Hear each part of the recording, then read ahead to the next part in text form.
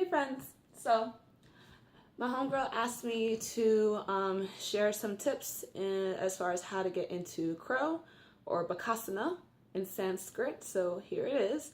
I just figured it'd be easier to do a quick video rather than try to write it out. As with most yoga postures, you really want to focus on your breath and try not to hold your breath. So you want to find your smooth breaths first, right? You can do ujjayi breaths, which are when you kind of constrict the throat, almost like you close it in the back of your throat, and you breathe in and out through the nostrils.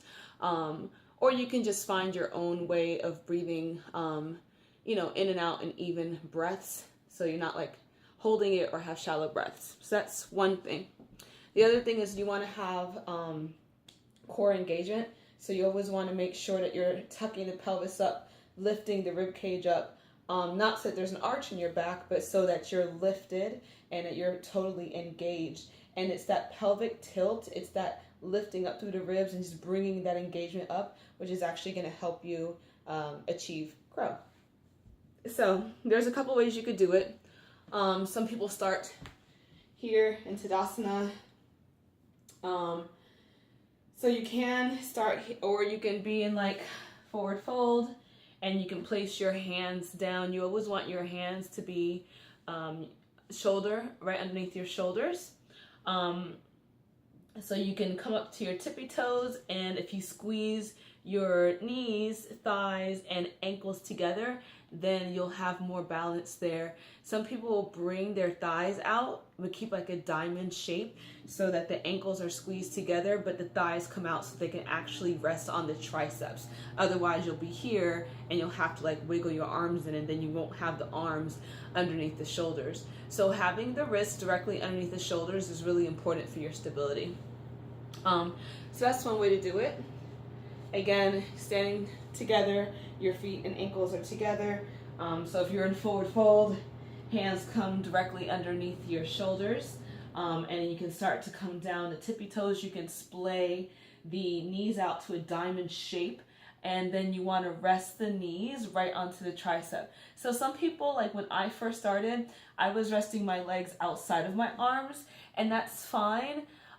If you really have trouble getting into crow, but you really want to try to get the arms onto the triceps. So what I do is I will also bring my arm so that the knee is almost tucked into not the armpit, but right below the armpit. And that way, and I really don't like doing it from here. So I usually start with my feet hip width apart.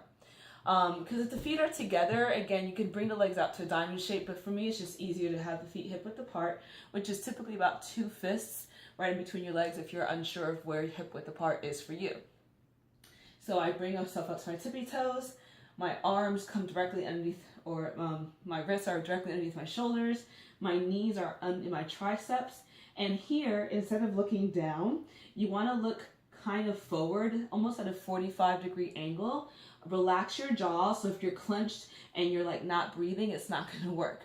So relax your jaw, just look forward, keep your gaze ahead, and then you're going to start to lean into your arms. You get to a point where you're okay, here's where the balance is happening and my feet are still on the ground, but you start to feel the weight onto your triceps, onto your arms. So here I actually lift up onto my toes a little bit more. I engage the core and keep that gaze up, lifting through the core, and I'm just really just lifting my toes up. It's all core engagement, and that is how you do Bakasana or crow. So I hope this was helpful to you. Let me know how you progress, and let me know if I can share any more tips for other poses. Thanks.